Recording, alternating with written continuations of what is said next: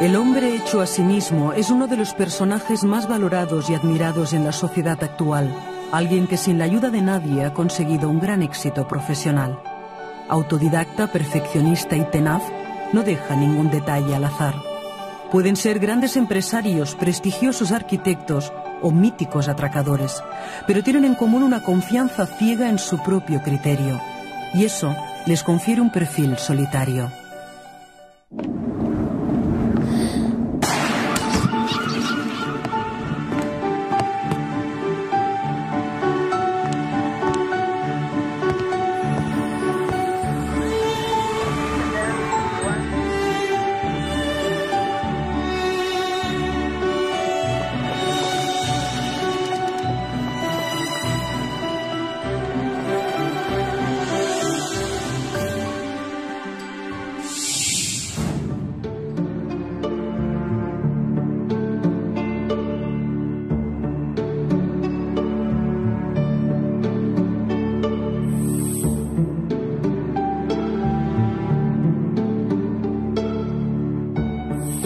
Estimado señor, soy Jaime Jiménez Arbe.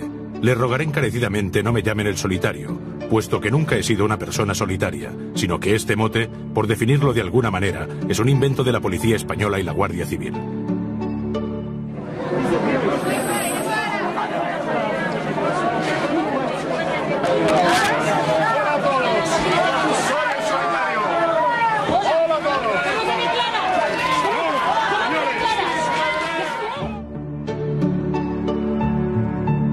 No le gusta el apodo del solitario, pero ahora Jaime Jiménez Arbe permanece 23 horas al día solo, encerrado en su celda de la cárcel de máxima seguridad de Monsanto, en Lisboa.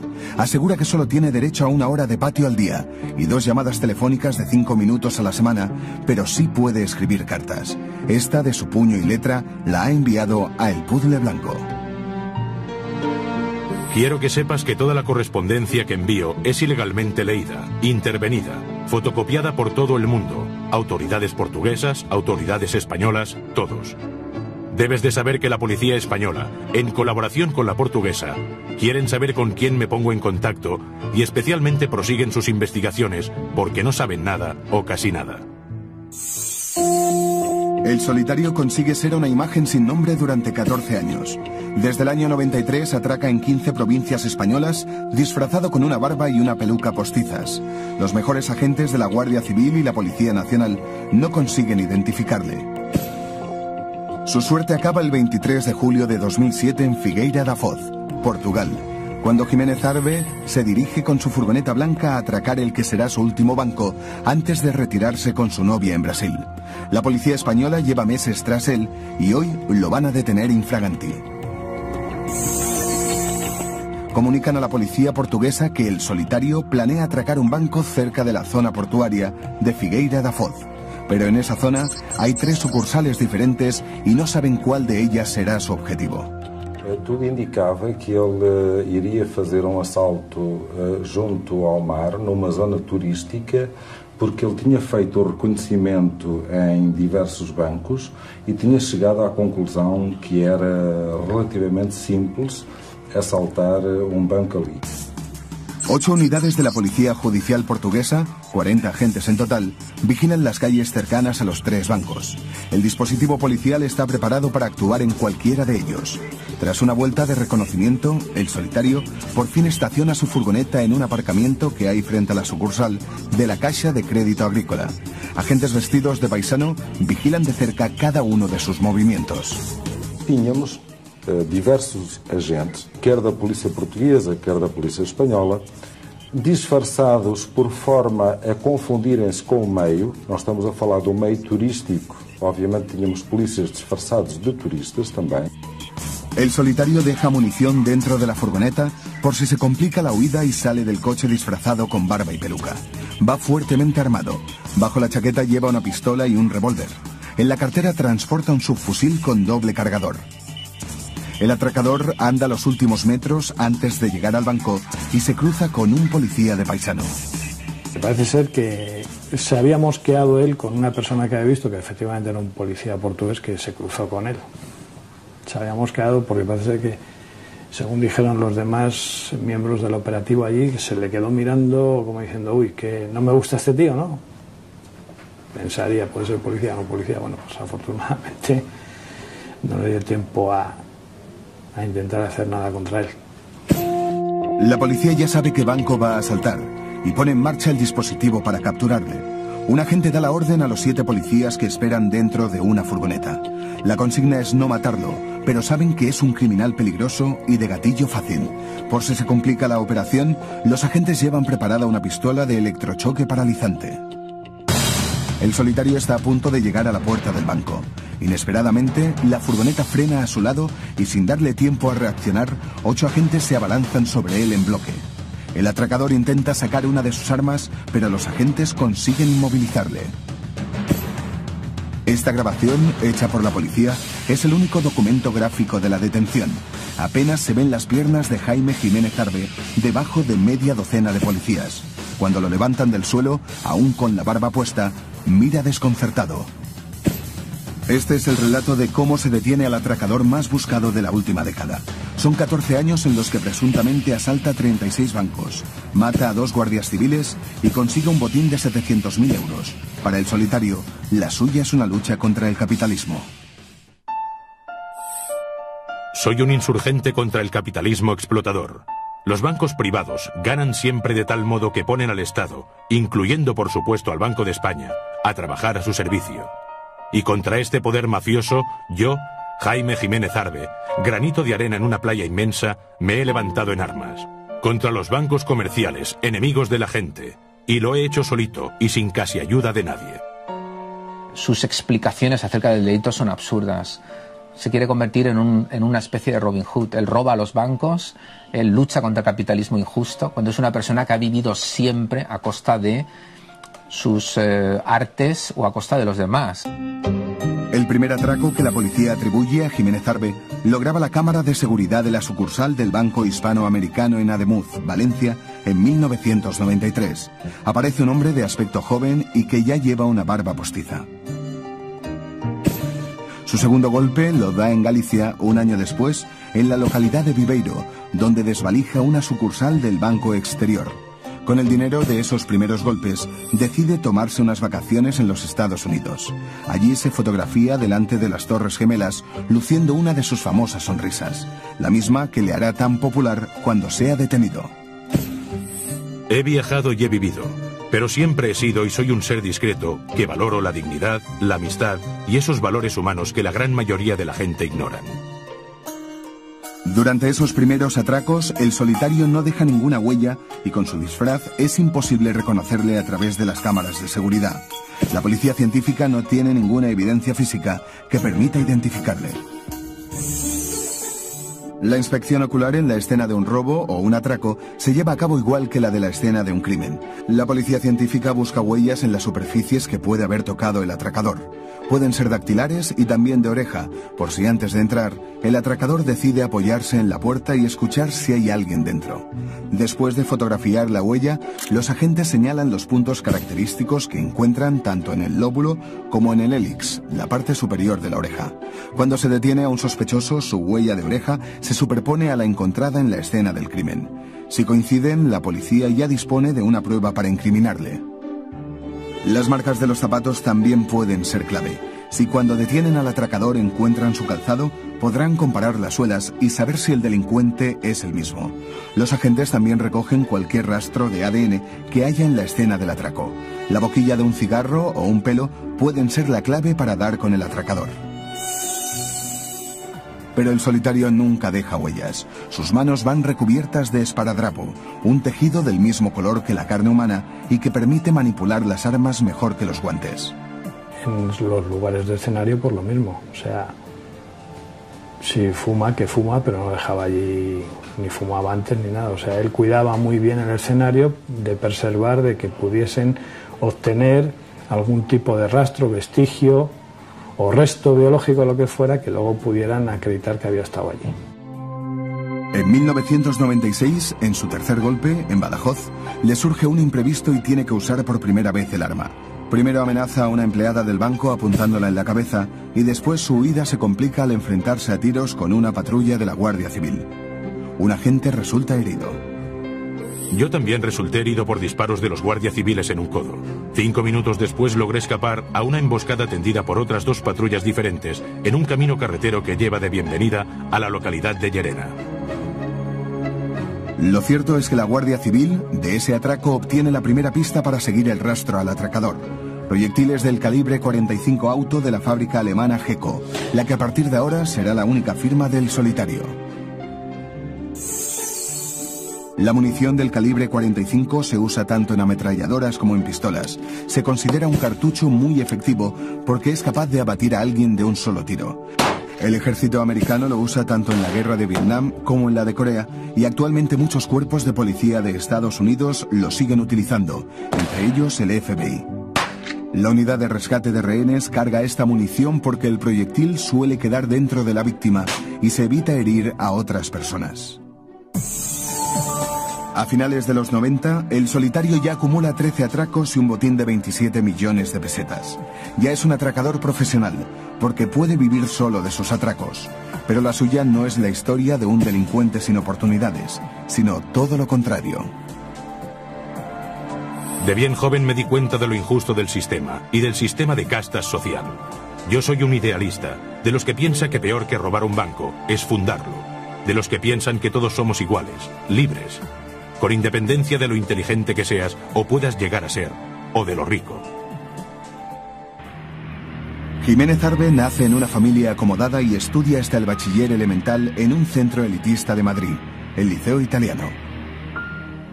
Sus compañeros de colegio lo definen como un niño simpático y travieso, pero también temible cuando algo no le gusta.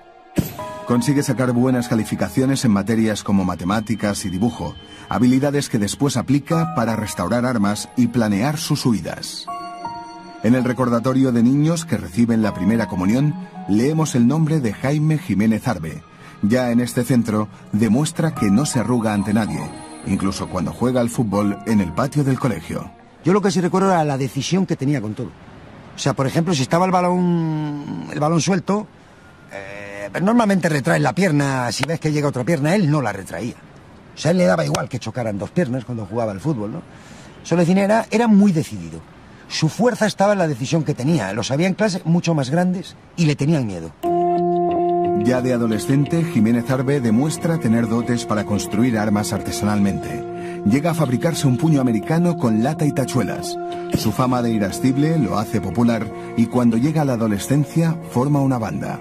Yo recuerdo que le amenazó a varios con como un día venga mi banda, como un día venga mi banda, y un buen día apareció la banda. Un buen día apareció la banda, eran 5 o 6, lo recuerdo perfectamente, en la puerta del colegio, eso sí lo vi. O sea, de eso puedo dar fe porque lo vi. Y estaban allí y tenían un aspecto bastante temeroso, que entonces yo no sabía qué aspecto era, pero que luego con el tiempo, cuando vine a la Naranja Mecánica, dije, me acuerdo que pensé, vaya, iban vestidos como la banda de Jaime. Le expulsan del colegio por pegar una patada al director y acaba el bachillerato en Pozuelo. No llega a cumplir el servicio militar obligatorio, alegando ser esquizofrénico. Nos contaba pues la anécdota de que le habían llamado para ir a la mili y él había dicho en la entrevista pues que él solo veía sangre, en todas partes veía sangre y entonces por eso le habían dado como exento, ¿no?, de hacer la mili, pero yo no tengo noticia de que le hayan diagnosticado ninguna enfermedad mental. Me preguntas qué es lo que pienso acerca de lo que se ha escrito sobre mí. Pues que es pura basura. Mira, Jordi, yo soy piloto de helicópteros, patrón de embarcaciones de recreo, técnico especialista en refrigeración industrial. ¿Tú conoces a alguien con estas habilidades, entre otras, que sea esquizofrénico? Es bastante difícil que un comportamiento criminal tan cuidadoso lo lleve a cabo un esquizofrénico. Quizá tenga algún rasgo de la esquizofrenia, pero desde mi punto de vista, el trastorno como tal resulta muy difícil compatibilizarlo con su proceder. Su primer matrimonio es con una mujer finlandesa con la que vivirá en casa de sus padres. Es la primera en comprobar el carácter violento de Jiménez Arbe. La pobre, yo me acuerdo cómo lloraba en las palizas que le daba. Yo salía con el hermano, era la novia del hermano, y las habitaciones estaban pegadas una a la otra y lo oíamos. Las palizas, los gritos, solo porque a lo mejor había movido cualquier objeto de la habitación de ellos de sitio. Además de que no le podía decir nadie nada, porque era la casa de los padres y ni siquiera el padre le podía decir. si le llamaba la atención, él cogía y le empujaba, y le metía en su habitación y le ha llegado hasta pegar. Me definen como un ser frío, calculador, astuto, desalmado, asesino. Le diré que se ha creado un monstruo de mi persona y que en modo alguno soy como la prensa y los medios de comunicación me han definido. Pero lo que cuenta en esta carta no concuerda con lo que hace en la Vall d'Uixó, en Castellón, el 10 de mayo de 2000. Ese día se enfrenta él solo a una decena de agentes de la policía local mientras escapa de un atraco a un banco del centro de la población. Durante el tiroteo muere uno de los agentes. El solitario dispara contra los policías protegiéndose detrás de los coches aparcados. A uno de ellos le salva la vida un manojo de llaves que cuelga de su cinturón y que consigue parar la bala. Al otro la bala le rompe la pierna. En la esquina siguiente el atracador se enfrenta con otros dos agentes. Uno de ellos, sin querer, dispara su pistola sin tener en cuenta que su compañero está en la línea de tiro. El policía muere en el acto. El fugitivo escapa por las calles de la Vall d'Uixó. Uno de los agentes le dispara en la espalda. El solitario cae desplomado pero no está muerto, ni siquiera herido. Lleva chaleco antibalas y desde el suelo responde a los disparos. Tiene un buen ángel de la guarda porque no le dio nada. Bueno, en el peso me imagino que le daría de todo. El tío tuvo que guardar cama con los dolores que llevaba porque lleva chaleco antibalas, pero hay chalecos que aguantan muy bien un 9 Parabellum y un 45, pero el trompazo que te pegan es tremendo. El atracador llega hasta su vehículo, un Suzuki Vitara blanco en el que guarda un subfusil. Lo exhibe a los agentes y vacía el cargador contra ellos. El solitario consigue escapar aunque su coche recibe hasta 17 disparos más. El tiroteo es tan intenso que en las calles de la Vall d'Uixó se recogen más de 100 casquillos de bala. Hay agujeros en las paredes y en los rótulos de los comercios. La inspección ocular en la escena del tiroteo da a los agentes de la Guardia Civil las primeras pistas del atracador al que se enfrentan. Los proyectiles que usa el atracador vuelven a ser del calibre 45 auto de la marca Geco, el mismo calibre utilizado en Badajoz. Por las marcas que tienen las balas creen que las dispara con un subfusil militar. La Guardia Civil también recoge proyectiles del calibre 357 Magnum. Los usa en una pistola y en un revólver modificados artesanalmente. El Suzuki todoterreno de color blanco con el que escapa se convierte en una pista fundamental. A partir de ese atraco saben que actúa siempre protegido con un chaleco antibalas. Los agentes le disparan 3 veces, consiguen tirarle al suelo pero no le provocan ninguna herida. El solitario consigue escapar con su vehículo de la Vall d'Uixó y sigue con su carrera criminal. En los próximos 2 años da 6 golpes más, el más provechoso en Murcia, en la localidad de Calasparra, donde consigue un botín de 90.000 euros. La leyenda del atracador solitario empieza a ser popular entre la policía, pero salta definitivamente a los medios de comunicación el 9 de junio de 2004. Ese día se convierte presuntamente en asesino al matar a 2 agentes de tráfico de la Guardia Civil. José Antonio Vidal, un asturiano de 31 años, y Juan Antonio Palmero, un gaditano de 28. Los cuerpos de los 2 agentes de tráfico reciben 14 impactos de bala. Ni siquiera les da tiempo a reaccionar y son acribillados a bocajarro. Los investigadores sospechan que el ataque puede ser obra de mafias del este de Europa, pero después de analizar la escena del crimen, determinan que un solo hombre, que conduce mientras dispara, es el autor del doble crimen. El atracador circula por una carretera secundaria de Navarra, cerca de Castejón. Viene de La Rioja donde intenta asaltar un banco, pero vuelve con las manos vacías porque es día festivo. Va al volante de un Suzuki Vitara.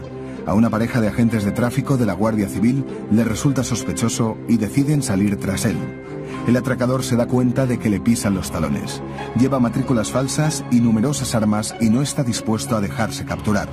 Desde el coche patrulla los agentes le dan el alto, pero ni el altavoz ni las sirenas le hacen parar. La persecución se prolonga durante 3 kilómetros. Al llegar a la entrada de Castejón, el Suzuki disminuye su velocidad. Los guardias civiles creen que por fin el infractor va a rendirse, pero el atracador con el vehículo casi parado deja que el coche oficial se ponga a su altura, saca el subfusil por la ventanilla y acribilla el coche patrulla.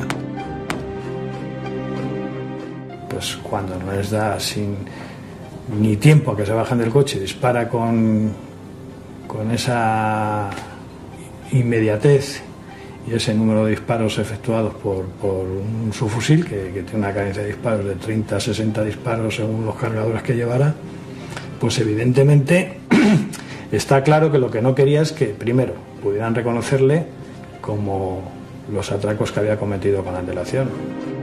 Mientras el atracador se da la fuga, el conductor se desploma muerto sobre el volante y su pie derecho aprieta el acelerador. El vehículo recorre sin control casi 300 metros a 85 kilómetros por hora hasta estrellarse contra una señal. Los funerales por los dos agentes se celebran en la iglesia de Calahorra. La viuda de Juan Antonio Palmero, casada solo 2 meses antes, llega al funeral rota por el dolor. Agentes de la Guardia Civil y de la Policía Nacional llevan en hombros los féretros de los dos agentes muertos. A la entrada de la parroquia les esperan sus compañeros de destacamento. Los funerales se celebran en la intimidad por expreso deseo de la familia. Los dos guardias reciben la Cruz al Mérito con distintivo rojo, la condecoración que se recibe al morir en acto de servicio cuando se afronta un peligro para la propia vida. A la salida se produce uno de los momentos más emocionantes cuando sus compañeros les despiden con el himno de la Guardia Civil. ¡Viva España, viva el rey! ¡Viva el orden, viva el rey! ¡Viva la Guardia Civil! Dos buenos guardias civiles que han dejado su vida después de un crimen que estamos investigando y que vamos a tratar de resolver a toda costa. Los casquillos de bala recogidos en la escena del crimen son las primeras pruebas a analizar. La Guardia Civil recoge 23 balas, algunas en el coche y otras en el cuerpo de los agentes. Otra vez son del calibre 45 auto y de la marca alemana Geco. Las marcas que encuentran en los proyectiles son las mismas de las balas de la Baille Duchot. El arma, por lo tanto, es la misma. Un testigo identifica el vehículo desde el que se efectúan los disparos. Vuelve a ser un todoterreno Suzuki, pero esta vez pintado de color verde. El estudio del coche de los agentes sorprende a los investigadores. Según el origen de los disparos, hay un solo tirador que con una mano conduce y con la otra dispara. Son tiros de gran precisión. 19 entran por la ventanilla del copiloto.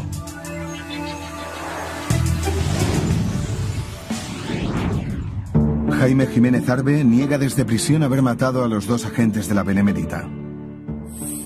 Yo sufrí una operación de rodilla, pues me rompí el tendón del cuádriceps en el año 2004. Te tengo que decir que para robar un banco uno tiene que poder correr, pues moviéndote con una pata de palo, que es como quedó mi pierna durante casi 2 años de posoperatorio, difícilmente yo podría atracar un banco en Castejón, Navarra, en junio de 2004 y de postre matar a 2 guardias civiles. Yo no podía atracar ningún banco, no por falta de ganas, sino por imposibilidad de poderme mover bien. Este programa ha contactado con el hospital en el que supuestamente fue intervenido y su nombre no consta en la lista de pacientes, pero sí el de un familiar. Jiménez Arbe asegura que el autor del doble crimen es un colaborador suyo. Yo, que toda la vida había procurado actuar con limpieza, me veía de repente implicado en algo muy gordo por la torpeza de un excompañero. Ya la Guardia Civil a partir de ese momento crea un grupo especial para perseguir al solitario, recopilar todas las imágenes que había de él grabadas por las cámaras de los bancos, y se comprueba fehacientemente que es el mismo individuo, que a lo largo de los años ha estado actuando igual, con leves matizaciones, unas veces con perilla, otras veces con barba completa, unas veces con gorra, sin gorra, y que en todos los atracos la peculiaridad es que no ha dejado ninguna huella. El solitario siempre va un paso por delante de la policía. Lo tiene todo previsto. Sabe que la Guardia Civil busca el Suzuki utilizado en Castejón y por eso lo desguaza con una sierra radial y lo esconde dentro de una caja en la nave industrial que tiene en Pinto, cerca de Madrid. En esta nave de 250 metros cuadrados y que la policía descubrirá años más tarde, el solitario tiene su base de operaciones. Aquí tiene un torno y una fresadora que utiliza para reparar las armas, además de una completa colección de libros sobre armamento. El hecho de que él fuera un autodidacta y tuviera capacidad para elaborar tantos utensilios y artilugios para sus crímenes, lo que revela son 2 cosas. Uno, una inteligencia práctica muy notable, vinculada con el manejo de aparatos, con la destreza manual. Y en segundo lugar, una comprensión cabal de que mientras él construyera las cosas, más difícil sería rastrearlas y por consiguiente dar con él. En su escondite fabrica las matrículas falsas que llevan los vehículos que utiliza en sus atracos. Incluso dispone de un molde de su propia cara para ensayar los disfraces o idear nuevas prótesis que disimulen su fisonomía. Apenas mantenía amistad con nadie y con su familia una relación bastante distante, o sea que se había convertido en un solitario, encerrado en su taller cambiando los cañones de las pistolas, estudiando balística, fabricándose sus propios artilugios de chalecos antibala y protección en el coche mediante una chapa por si le disparaban en el asiento. En fin, estaba todo el día dedicado a eso.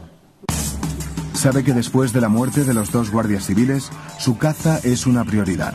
Por eso tarda 2 años en reaparecer, y lo hace en Sarria, en la provincia de Lugo, donde una cámara de seguridad graba su imagen. Entra con su disfraz habitual de barba y peluca. Se dirige al mostrador principal, inspecciona el banco y aprovecha que una columna del vestíbulo le sirve de parapeto para sacar de su chaqueta una pistola.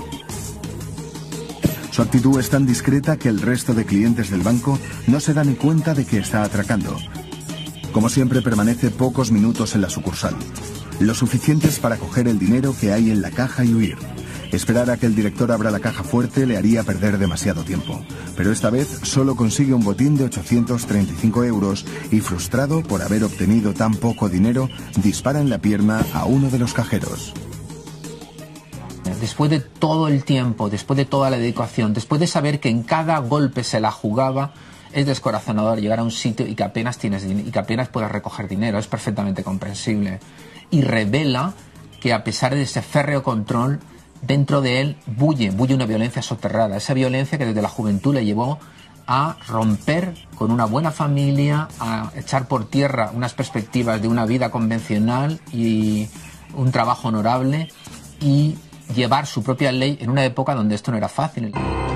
Su último golpe resulta ser un fracaso, y por eso 20 días después decide volver a actuar. Lo hace por primera vez en la Comunidad de Madrid, en Alcobendas. Hasta ese día sus atracos son en zonas rurales, lejos de las grandes ciudades. Comete un error que es entrar en Madrid. Hasta muy recientemente, hasta los últimos meses, no había actuado en Madrid, apenas había actuado. Pero en los últimos meses, no sabemos por qué, empieza a atracar en San Agustín de Guadalís, en La Moraleja, y luego más recientemente en un banco situado solo a 200 metros del cuartel general de la policía, del Cuerpo Nacional de Policía. Claro, eso ya supone un reto para el Cuerpo Nacional de Policía, una bofetada y una afrenta que ya la Brigada de Policía Judicial de Madrid se vuelca en la investigación. Hasta entonces, bueno, pues sí que se había comentado, joder, este tío, fíjate que nadie somos capaces de proceder a su detención, ¿no? Y que tiene 3 muertes y 2 lesiones graves y un montón de atracos. Bueno, pues digamos que acentúa un poco más eso.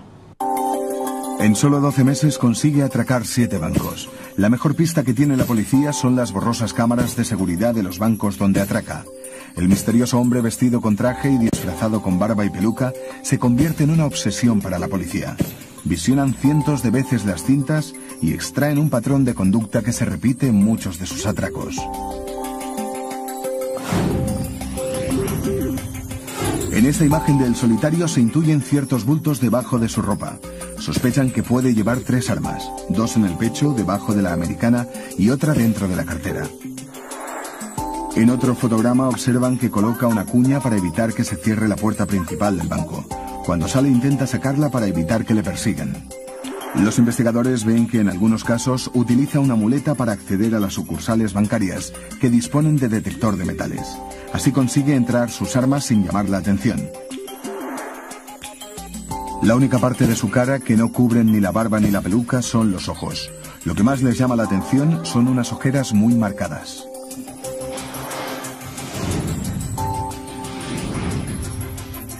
En el cartel que difunde la Guardia Civil se dan las claves para reconocer al delincuente. De 45 a 55 años, de 1,75 m, nariz prominente y ojos azules. Y destacan que posiblemente lleve lentillas de colores. Junto a 3 fotogramas de su imagen extraídos de las cámaras de seguridad, la Guardia Civil difunde la foto de un Suzuki de color verde. Sí, he sabido pues, que la Guardia Civil ha llegado a tener hasta más de un centenar de sospechosos, el Cuerpo Nacional como 56 o 60, y barajaban muchos nombres y se han hecho muchísimas investigaciones. Es muy comprensible que fuera tan difícil capturarlo, porque en verdad cuando una persona que hace una vida absolutamente normal decide un día o 2 días, o quizá unos pocos días al año, a muchos kilómetros de distancia, convertirse en un ladrón de bancos, si no hay otros indicios, es muy difícil capturarle. Mientras la policía y la Guardia Civil persiguen una imagen sin nombre ni apellidos, Jaime Jiménez Arbe continúa con su vida en un chalet de Las Rozas, en Madrid, en el que vive desde el año 88. Aquí ensaya con su grupo de música folk y cultiva plantas de marihuana. Lejos de tener una vida discreta, su fama entre los vecinos es la de un bronquista siempre dispuesto a pelear. Va sacando al perro paseando cerca suyo y parecía una persona muy posesiva, porque cuando te acercabas pues te miraba con recelo para que, oye, que aquí vivo yo, ten cuidado, no te acerques. E incluso, bueno, algún amigo mío ha tenido problemas al no haber aparcamiento enfrente de mi casa, aparcar enfrente de la suya, y claro, la gente ya le advertía, decía, mira, ten mucho cuidado porque aquí vive este hombre que es muy arisco y no quiere que nadie aparque delante suyo. Esto no era bueno para su negocio, porque de alguna manera le individualizaba, le sacaba de ese anonimato donde él se sentía especialmente seguro y que utilizó muy bien para su provecho. Desde la cárcel de máxima seguridad de Monsanto en Lisboa, Jiménez Arbe replica que él no es una persona agresiva ni violenta. Yo soy una persona honesta, cariñosa, sensible, amante de los animales y de las personas, que amo a la gente de cualquier raza y condición. Soy un ser humano generoso, valiente, amante del arte, creo que hábil en todas las cosas que hago. Un ser a veces ingenuo, pero si hay algo en mí que sobresale, es el rechazo frontal a las injusticias de las que este mundo capitalista es un vivo ejemplo. El análisis grafológico de la escritura puede servir para definir la personalidad de quien escribe. Las cartas del solitario, sometidas al microscopio de una experta, definen a su autor como una persona narcisista y orgullosa. Sus eses, que dibujan un pequeño gancho, demuestran crueldad, aunque sin duda lo que más llama la atención es que siempre escribe en mayúsculas. Cuando una persona escribe en mayúscula es que intenta dar una imagen superior de sí misma. Se está de alguna manera escondiendo y se muestra tras una especie de máscara de buena educación y demás. Siempre es una imagen superior a lo que él cree que es. En su casa de Las Rozas, Jaime vive solo. Lleva 2 años separado de su segunda mujer, una inglesa con la que tiene en común 2 hijos adolescentes. Aquí puede trabajar elaborando sus disfraces y reparando las armas sin ser oído. Aunque acumula un botín de más de 100 millones de pesetas, no se da una vida de lujos. Calculando pues, lo que le duraba el dinero y la frecuencia con que daba los golpes, pues pensábamos, pues este tío pega el atraco y debe pegarse unas comilonas, estar en grandes hoteles y vamos, tener por ahí unos ligues fantásticos y tal, y una vida de lujo y placer, y para nada, vivía como una rata ahí en su casa, vamos. Cuando una persona no es codiciosa, puede calibrar sus movimientos, puede planificar cada uno de sus golpes y puede establecer una toma de decisiones cuando a él más le conviene, el lugar, la cantidad a la que pueda aspirar para seguir sobreviviendo. Cuando se deja llevar a alguien por la codicia, puede buscar objetivos que están más allá de sus posibilidades, puede correr unos riesgos innecesarios. En sus cartas da pocas pistas de en qué se gasta el dinero. Desde su celda de la cárcel de máxima seguridad de Lisboa, escribe que ha dado dinero anónimamente. Yo he ayudado a varias ONG de forma anónima, e incluso a algún grupo de izquierdas. Ahora del comedor de su casa cuelga una bandera de Brasil, la nacionalidad de su novia Iris, a la que conoce por internet. Iris, de 39 años, vive en Sao Paulo, es soltera y tiene una hija adolescente. Jaime las invita a las 2 a visitar España y se alojan en su chalet de Las Rozas. Iris vuelve a su país convencida de que su novio es instalador de aire acondicionado. Ella no tiene ningún contacto con el dinero robado. Jiménez Arbe lo ingresa directamente en la cuenta corriente de la madre adoptiva de su novia y lo utiliza para pagar el alquiler del apartamento de Iris y una moto para su hija. Interview explica que Jiménez Arbe regaló un coche a su novia brasileña, una PlayStation a su hija y 27.400 euros y una vaporeta a su suegra. Los planes de Jiménez Arbe son casarse con su novia y fundar una empresa de combustible ecológico con apoyo del gobierno brasileño de Lula. Pero para llevar a cabo su sueño necesita más dinero. Por eso elige el que será su penúltimo objetivo, el que dará las claves para su detención, la Caja Rural de Toro, en Zamora. Para este golpe, el solitario utiliza el aspecto de los últimos golpes. Va ataviado con gorra, perilla y gafas y llama a la puerta del banco para que le abran. Desde dentro nosotros le indicamos cómo tiene que acceder a ella porque está empujando, a la puerta hay que tirar. Se dirige directamente a caja, le indica que es un atraco, que se eche para atrás. Él accede al patio de operaciones y abre los cajones llevándose el dinero. Va al otro puesto de trabajo, abre los cajones, no se encuentra nada y es cuando él se dirige al cajero pegándole un tiro y alegando de que tenía poco dinero. Los 6.000 euros que hay en el banco no le parecen suficientes y por eso vuelve a disparar a la pierna de un empleado sin intención de matarle. El atraco solo dura 5 minutos. La Guardia Civil utiliza helicópteros y corta los caminos para dar con él, pero el solitario tiene preparada una detallada huida a través de carreteras secundarias y de caminos de tierra. Es en uno de esos caminos donde se cruza con un pastor que le identifica y da la primera pista fiable en muchos años. El solitario conduce una Renault Kangoo de color blanco. Toro hay un pastor que le ve poniéndose o quitándose la perilla y la peluca y ve que es en una furgoneta blanca y da el modelo y las características, no la matrícula, pero sí el modelo, y eso ya empieza a servir de pista. El testimonio de este pastor lo confirma una cámara de seguridad de La Moraleja que graba su Renault Kangoo cuando huye de un atraco. Investigan centenares de vehículos con las mismas características. Una Renault Kangoo sin ventanas en la parte trasera y con puertas correderas. Pero el solitario no deja ningún cabo suelto. Su furgoneta está a nombre de su madre y es difícil que la policía relacione a una anciana con una serie de atracos violentos. Será un soplo, una llamada telefónica, lo que dará la pista definitiva. Parece ser que es un guardia civil retirado que se lo cuenta a unos compañeros suyos y estos compañeros parece que no le hacen demasiado caso. Se lo cuenta a la Policía Nacional y la Policía Nacional sí le da credibilidad, empieza a investigar y ve que la pista es buenísima. Tuvimos la fortuna que una de esas llamadas pues fue determinante. O sea, no dijo es Jaime Jiménez Arbe, pero sí nos dijo, oiga, una persona como esta tiene una furgoneta, vive por esta zona. Entonces, bueno, pues fue un trabajo de buscar, localizar y hubo suerte y después ya identificado y ir comprobando las cosas, pues esta persona tiene todos los perfiles de que nos encontramos ante el famoso atracador solitario. Jaime Jiménez Arbe no cree ninguna de las dos versiones. Desde la cárcel de máxima seguridad en Lisboa, asegura que la persona que dio su nombre es un ex colaborador suyo. Intentan crear cortinas de humo para confundirme, como si yo no supiera el nombre del delator. Claro que sé quién es. Solo una persona y cómplice mía sabía que yo tenía armas. Lo que pasa es que este caballero está tan bien pringado en el tema El Solitario y la policía le protege. Él es un pobre adicto a la cocaína y estafador ocasional que ha cometido el error de su vida. Se ha pasado de listo y me ha perjudicado, traicionándome cuando yo le saqué de la pobreza absoluta en la que vivía. A partir de ese momento, un equipo de policías se convertirá en su sombra. La policía le sigue discretamente y toma fotografías de Jaime Jiménez y de su furgoneta.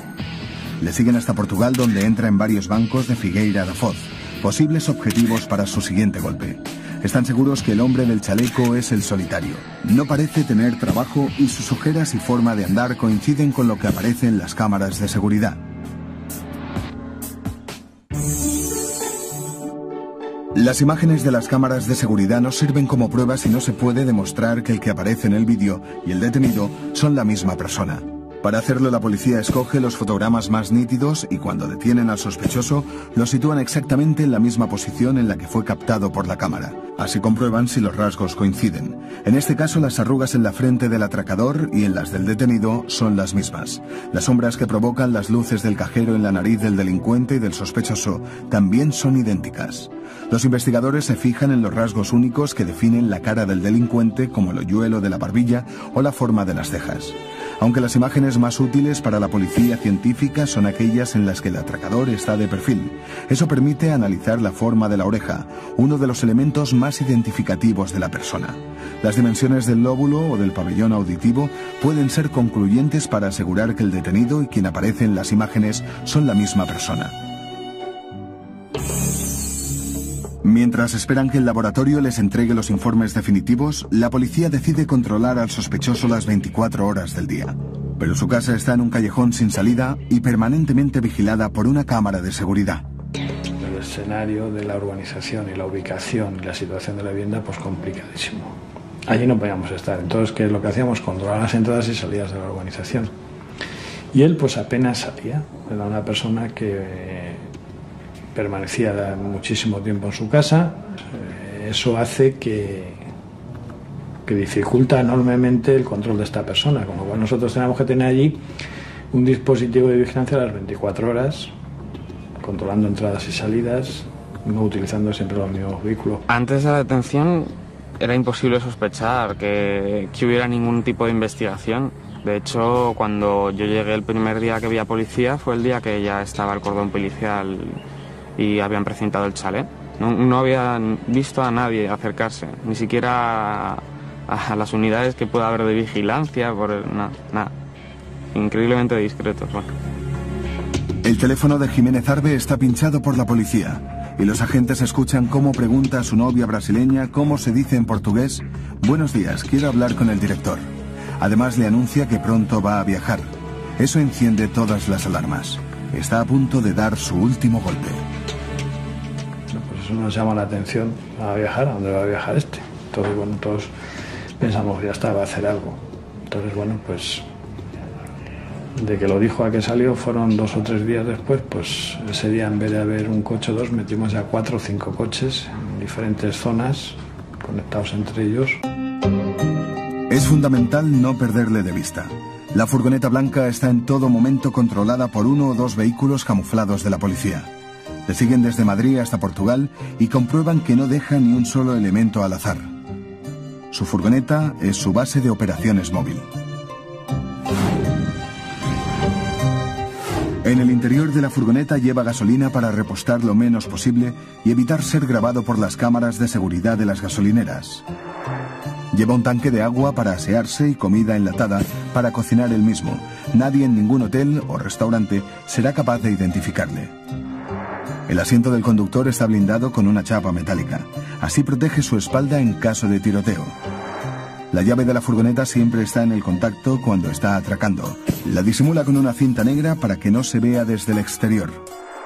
Duerme en una pista forestal y disimula la furgoneta con una tela militar. Conoce perfectamente esos caminos porque antes los estudia y los introduce en su GPS.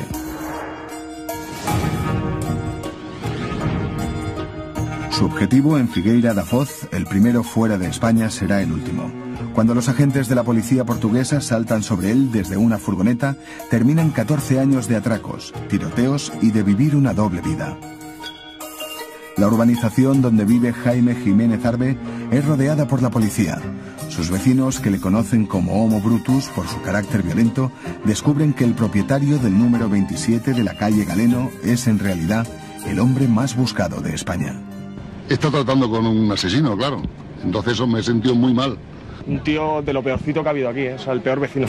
A la vecina de al lado la cogió con el coche y la empezó a empotrar contra una pared aquí hace unos años. Pues siempre vestido con un pantalón vaquero, vamos, casi más bien escaso de recursos, fíjate. A pesar de su carácter, Jiménez Arbe no despierta sospechas entre las personas que le conocen. El día después de su detención, los periódicos publican el nombre real de El Solitario y su identidad deja de ser un secreto en el barrio donde vive. Se demostraba comprar el país y... Tenemos el jueves, ¿no te acuerdas que te escribiste tú el jueves que si le dabas tú el libro y te dijo que ya tenía el libro de sobra? Efectivamente. ¿Sabes quién es ahora?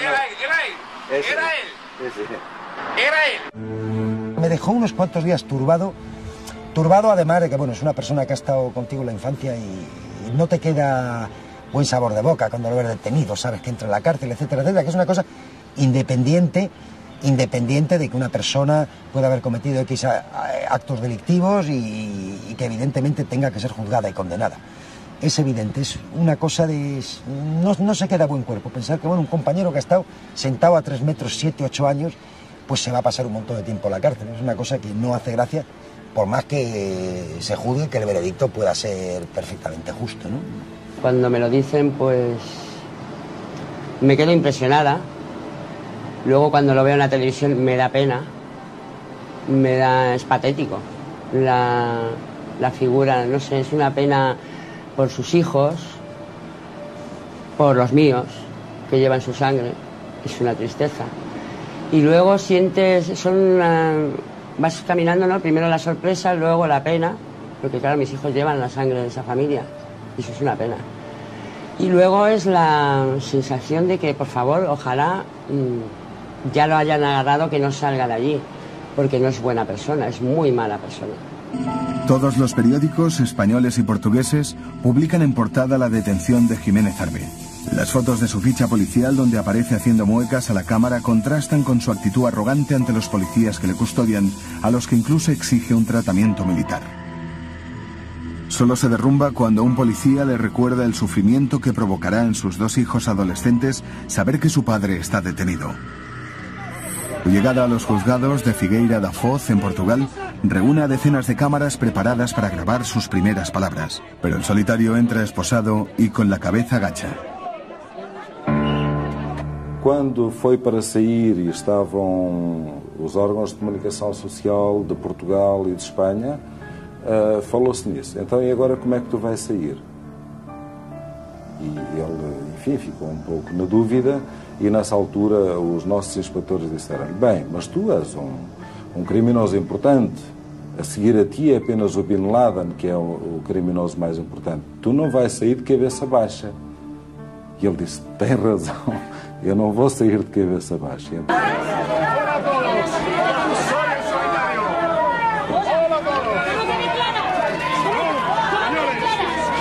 La prensa publica todos los detalles de la vida íntima de Jaime Jiménez Arbe.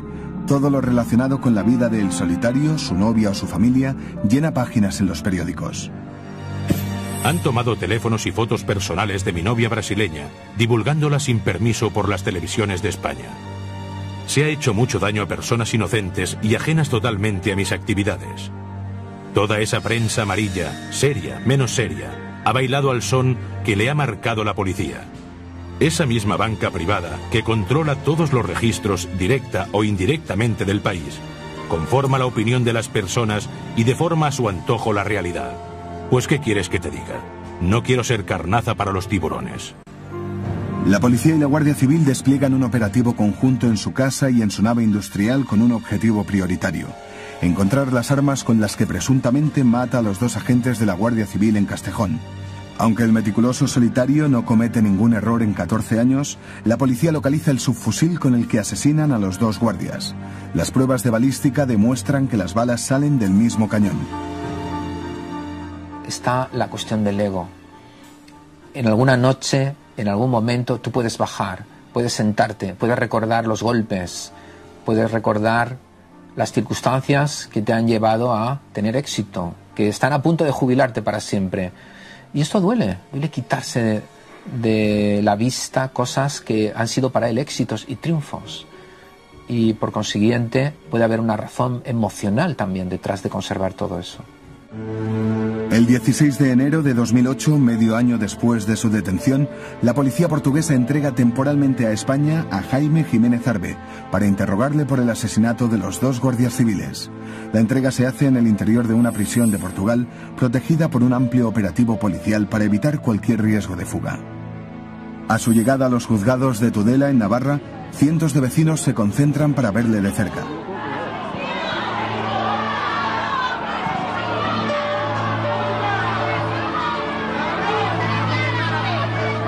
Su cara después de medio año preso ya no es la del atracador orgulloso de sí mismo y que se autoproclama como el solitario.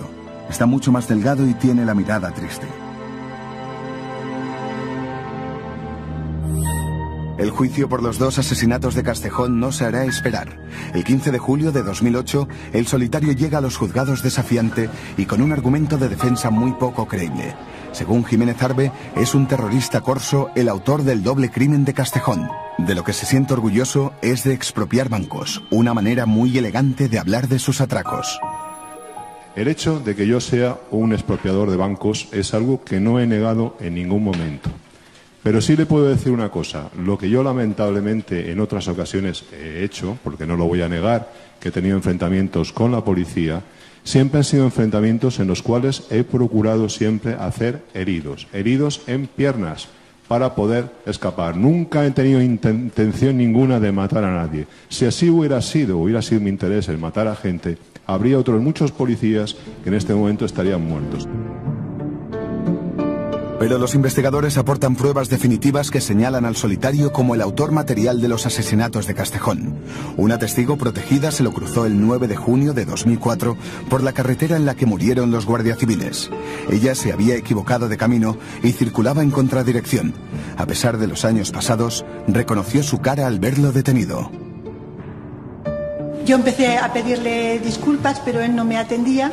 Miraba a derecha e izquierda por el espejo retrovisor y yo cogió algo del asiento del copiloto, que yo pensé que era un móvil, pero claro, no me atendía nada y tuve un momento, pues una sensación muy extraña de peligro, hasta el punto que pensé, si este tiene una escopeta me mata. El solitario, ante la orden del juez, se acerca al cristal donde está la mujer y se aparta el pelo de la cara. Sí, es él. ¿Tiene usted alguna duda de que es él? Ninguna.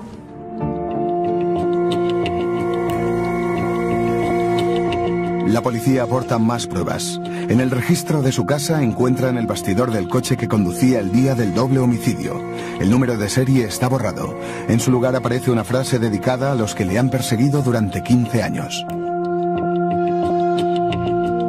La zona que corresponde a donde normalmente se graba este número, en este tipo de vehículos, al descubrirla aparece una frase que, bueno, entendemos que es un tanto burlesca y concretamente dice: Madero, chúpame la polla. Los peritos forenses, además, reconocen que los casquillos que aparecen en la escena del crimen de Castejón coinciden con una de las armas utilizadas por el solitario en el atraco de la Vall d'Uixó.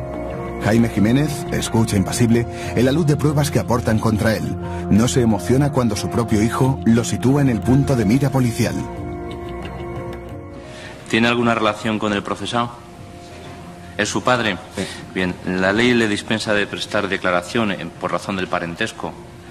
No obstante, si quiere, puede hacerlo. ¿Desea prestar declaración? Sí. ¿Recuerda qué vehículos eran los Suzuki que había allí? Los vehículos... ¿Qué tipo de vehículo, el modelo del Suzuki? El Suzuki era un Suzuki Samurai que yo recuerde azul. Azul. ¿Había alguno más, Suzuki? Que yo recuerde. Que yo sepa, ninguno más. ¿Vio armas? No, para nada. ¿Munición? No. Tampoco pierde la compostura cuando la madre de uno de los guardias civiles muertos, hundida en el dolor, intenta agredirle.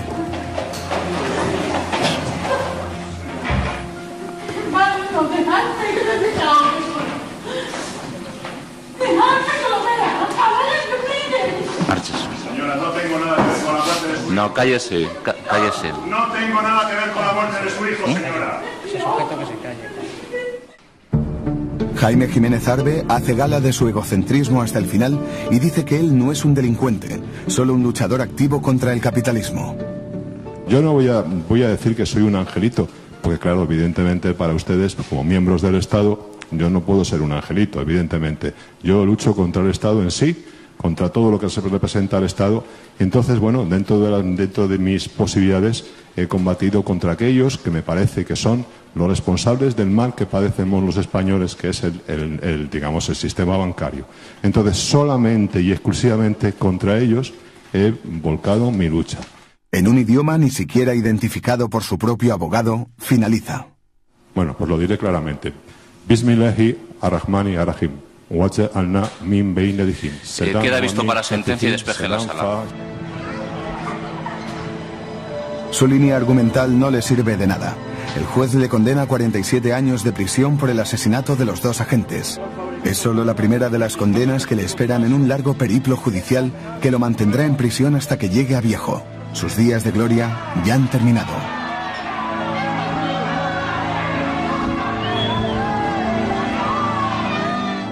El hecho mismo de ya haber sido enjuiciado y condenado ya anticipadamente por los medios de comunicación me hace pensar en que no pudo gozar de la presunción de inocencia. Hasta Aníbal Lecter, el famoso personaje de ficción, tenía mejores condiciones de vida que yo. Con decirte que tengo envidia de cómo viven los prisioneros de Guantánamo en Cuba, te lo digo todo. Solo, encerrado y sin dinero. Y remata su carta con una frase. Solo, pero nunca solitario.